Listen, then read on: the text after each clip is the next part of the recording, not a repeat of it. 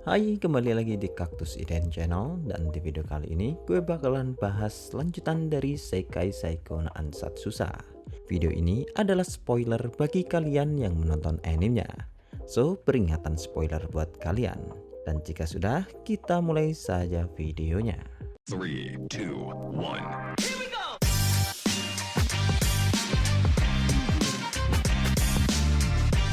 Cerita dilanjutkan setelah pertarungan Epona dan Mina dimulai. Dari jauh, pertarungan mereka masih terlihat begitu luar biasa, di mana ledakan serangan mereka terlihat sampai menerangi langit. Sebelumnya, Epona mengatakan bahwa kemampuannya berkurang karena jarang latihan. Akan tetapi, menurut Luke, Epona masihlah sangatlah kuat. Memanfaatkan keributan yang dibuat oleh Epona, Luke kemudian mulai mencari Naois lagi dengan cara mengikuti rantai komando dari pasukan ular. Akan tetapi, Luke kemudian menyadari bahwa ada tanda rahasia dari ayahnya. Keluarga tua Tade biasanya menggunakan tanda goresan yang terlihat alami untuk menunjukkan sebuah arah, dan tanda ini pasti akan membawa Luke menuju ke tempat ayahnya saat ini. Melihat ini, Luke pun mempertimbangkan untuk tetap melanjutkan misi atau menemui ayahnya terlebih dahulu.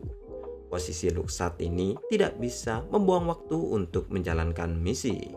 Akan tetapi setelah memikirkan beberapa pertimbangan, Luke kemudian memutuskan untuk menemui ayahnya terlebih dahulu. Yang ternyata tanda dari ayahnya itu mengarah pada sebuah bangunan terbengkalai. Di depan pintu, Luke mengetuk pintu dengan kode khas dari keluarga tua Tade. Dan setelah mendengar ada suara respon dari dalam rumah itu, Luke pun mulai memeriksa apa yang ada di dalam bangunan. Yang ternyata hanya ada 3 orang di sana, yaitu ayah Luke yang terluka, ayah Naois yaitu Dukepis, dan mayat pria yang sudah menjadi monster ular. Nampaknya ayah Luke telah kehilangan lengan kanannya, dan karena tidak ada cara untuk menghubungkan kembali anggota tubuh yang terpotong sekarang, ayah Luke nampaknya memutuskan untuk membakar lukanya, yang mana hal itu bertujuan untuk menghentikan pendarahan.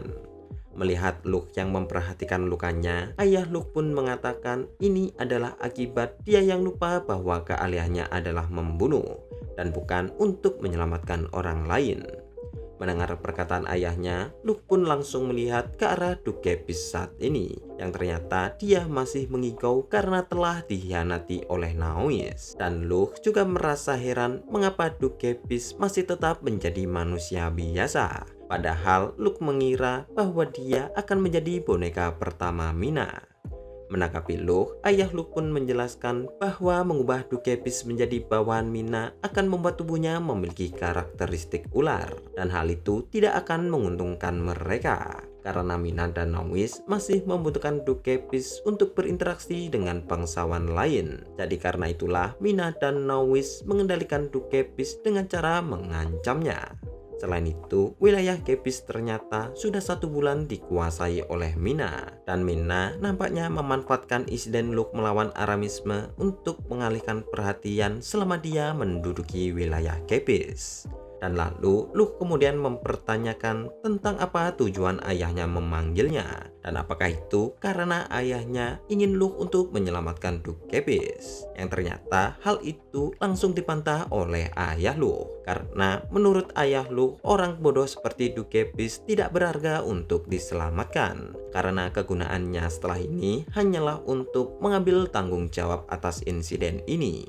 Tujuan ayah Luke memanggil Luke adalah untuk memberikan informasi yang telah dia dapat, di mana pertarungan Epona melawan Mina dan pembantaian warga hanyalah sebuah pengecoh, karena Naois dan pasukannya saat ini tengah pergi ke kota lain untuk menciptakan buah kehidupan. Nampaknya Mina dan Naois sudah mengantisipasi pergerakan Luke secara matang. Bahkan mereka juga sudah memperkirakan Luke akan melacak Naois menggunakan rantai komando kesatria ular. Yang mana jika Luke terus melakukan itu, apa yang akan Luke temui hanyalah mantan komandan pengawal bangsawan saja. Dan hal itu nantinya juga akan memberikan Naois waktu yang cukup untuk melakukan pembantaian di kota lain dan memberikan buah kehidupan kedua ke Mina. Yang mana hal itu akan membuat Mina menjadi jauh lebih kuat daripada pahlawan Epona saat ini. Menyadari hal ini, Luke pun bersyukur karena memutuskan untuk menemui ayahnya terlebih dahulu. Selain itu, alasan mengapa pergerakan Knowis dan pasukannya tidak terdeteksi adalah karena Knowis menggunakan terowongan bawah tanah dan ular raksasa untuk bergerak dengan kecepatan tinggi.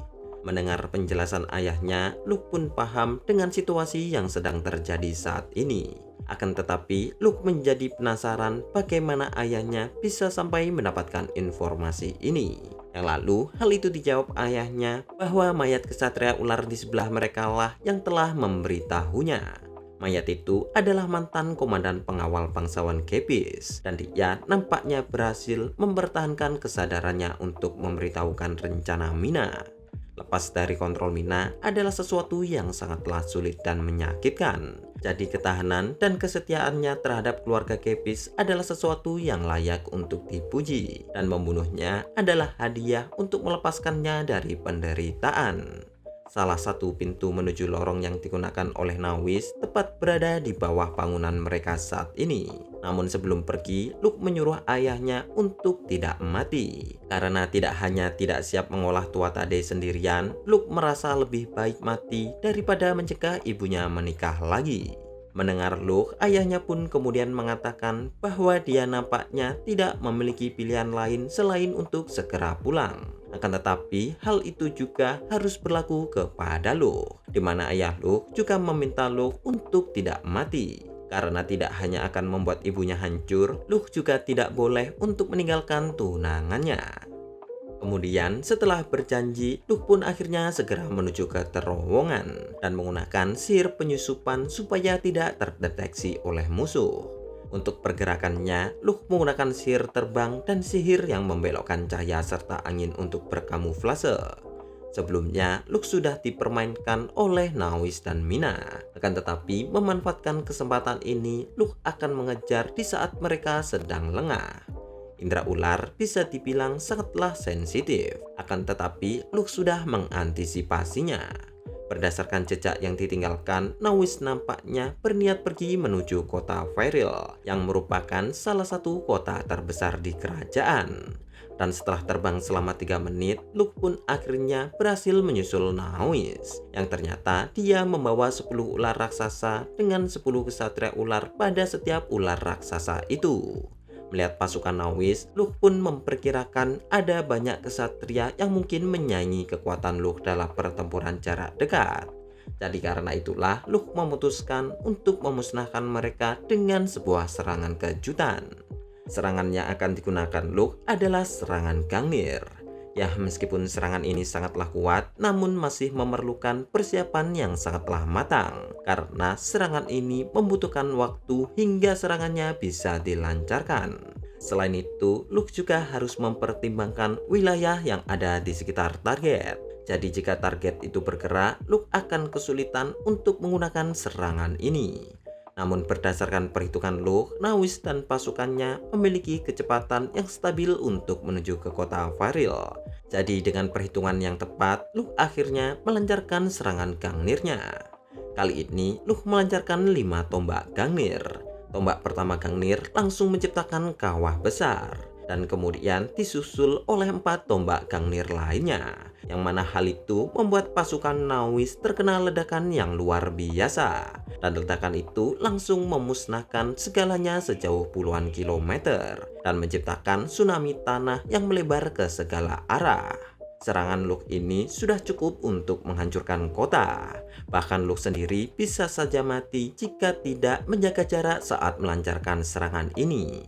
Dan lalu setelah debu akibat serangan Luke mulai menghilang, Luke pun mulai mendarat untuk memastikan keadaan. Nampaknya semua kesatria dan monster ular sudah mati semua.